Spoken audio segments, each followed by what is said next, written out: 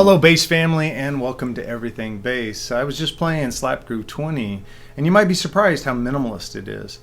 But I wanted to make sure that as you're developing your slap tools and your vocabulary, your musicality, that you don't always go for like really percussive, fill in every 16th note, lots of triplets and things. I was fortunate enough early on in my bass career, I was able to get into studios. Had one studio kind of use me for a lot of projects. Got down to LA. I got a chance to do a lot of recordings. And a lot of it was, meat and potatoes recording. They call it media recording, or at least they used to because I'm old. But it was like TV commercials, little 15-second spots, 30-second spots, things like that. And I remember one was this kind of laid-back, not quite a ballad, but just a laid-back groove. And the bass line was written to be played this way.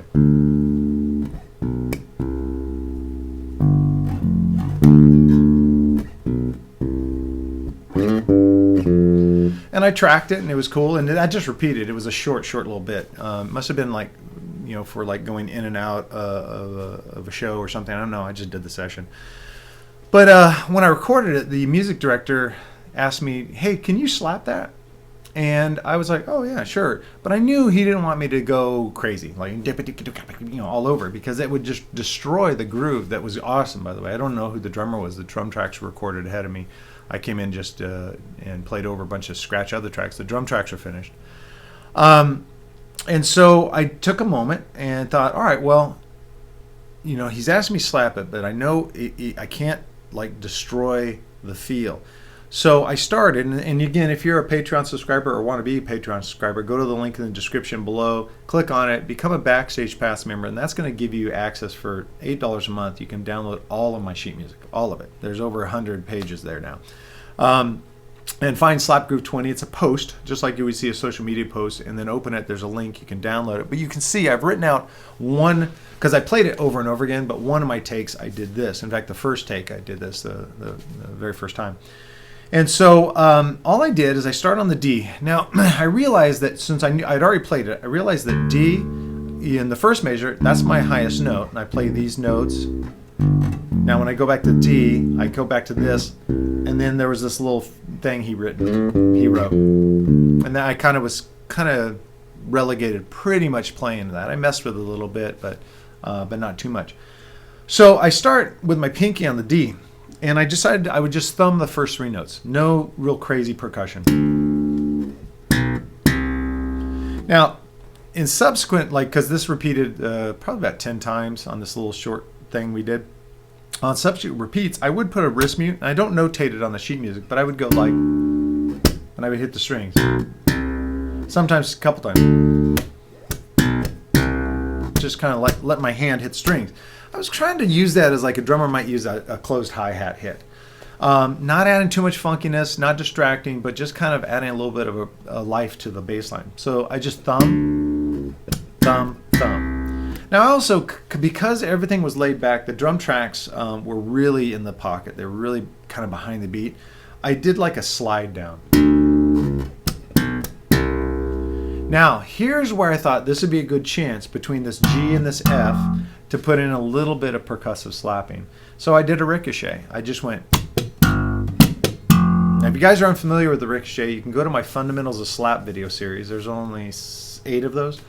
And look for the one called the ricochet lick. And all it is it's a wrist mute and then a muted G string as a drummer would set up a downbeat.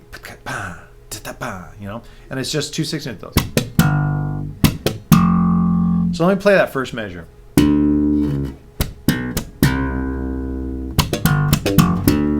Okay, first measure, and I kind of started the second measure there. So the second measure, I knew this was going to be kind of my repeated foundational thing. That was always going to be done. I would mess with the other ones, maybe put different percussion, occasionally. But for this descending line where it's an 8th note A, and then G, F quarter notes, I knew I was just going to thumb those. I wasn't going to pop them. It's too harsh. A lot of attack, kind of not as much warm sustain after you pop. has a tendency to be very staccato, and I knew that just wouldn't fly. But when you thumb some of the higher strings, they have a nice liquid kind of mellowness to them. And I did a little shake on the string like that. So let me put the whole groove together so you can hear it.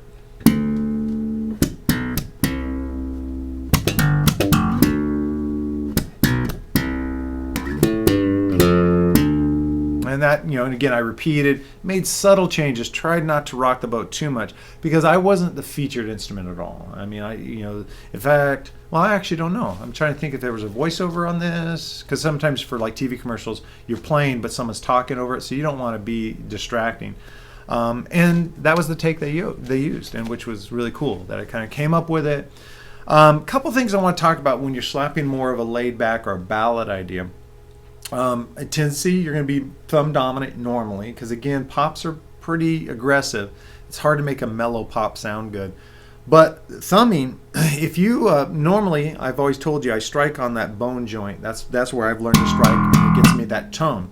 But when things mellow out, I sometimes move where the string hits to this meatier part of the side of my thumb.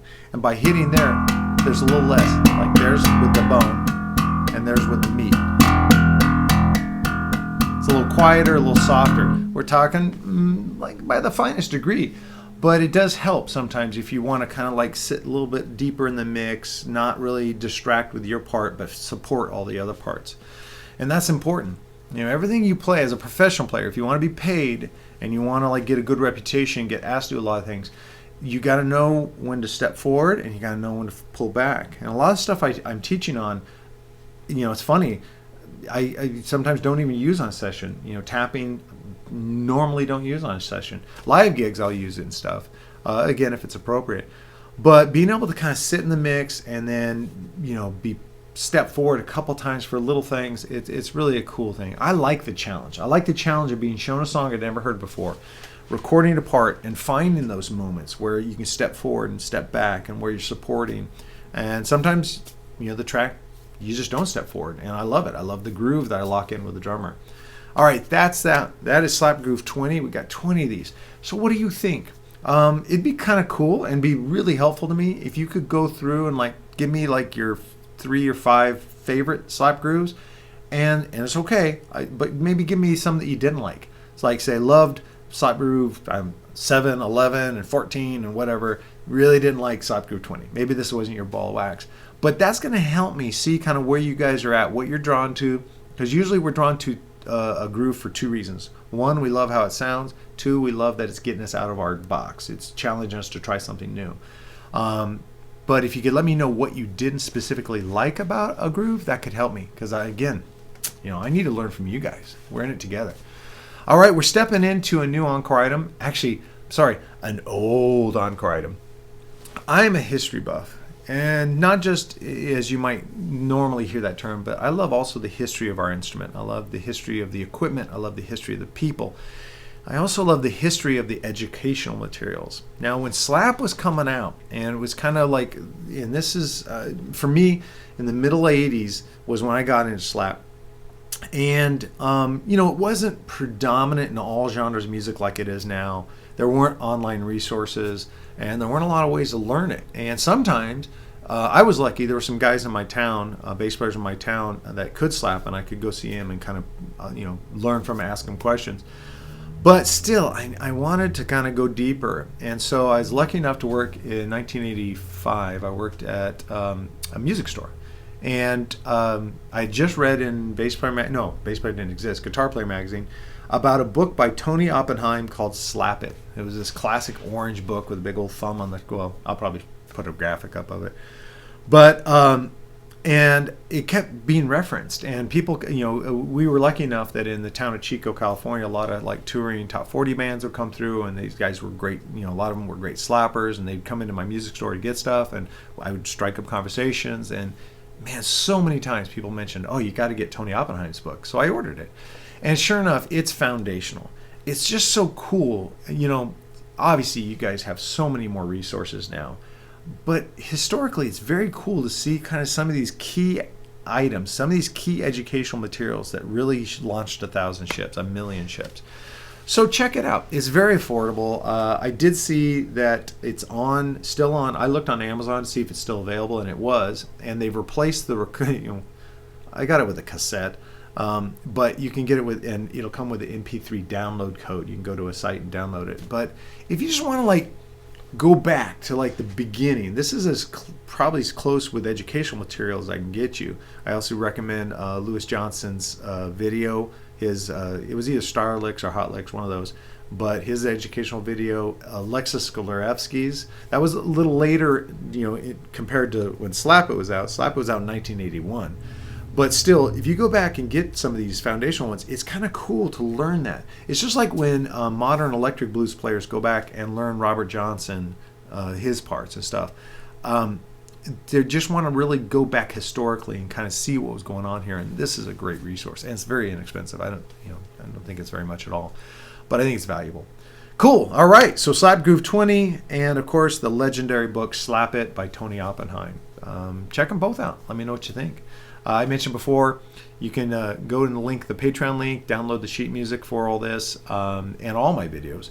And there's some play-along WAV files you can download. And yeah, I'd love to have your support. Love to get in deeper with you. And if you could subscribe to the channel, that's great. I really want to get to that 1,000 mark before the end of the year, 1,000 subscriber mark. But in the very least, you can give me a thumbs up, maybe share the video with some friends, put it on your social networking, and all that stuff really helps grow the channel, and it makes me so happy. These are trying times we're in. Multiple reasons why they're trying times, and this time here right now in this video studio talking to you is one of my best times. It's my favorite times every week, and I look forward to it. I look forward to sharing with you and having you guys get back to me ideas and concepts and whatever. I love the communication. Hey, join us on our Facebook page. We have a simple Facebook page. If you go to Everything Bass with Dale Titus, search the whole thing on Facebook, you'll come to our page. It's got over 500 followers, and I post there daily, pretty much daily. People post, put questions. I love it. I want it to be that community. Of course, you can do it in the comments here, but if you want looking for something else, maybe while you're traveling around, you can just jump on Facebook on your phone and jump in on the conversation. We'd love to have you. Okay, that's it. I will see you guys at the next video.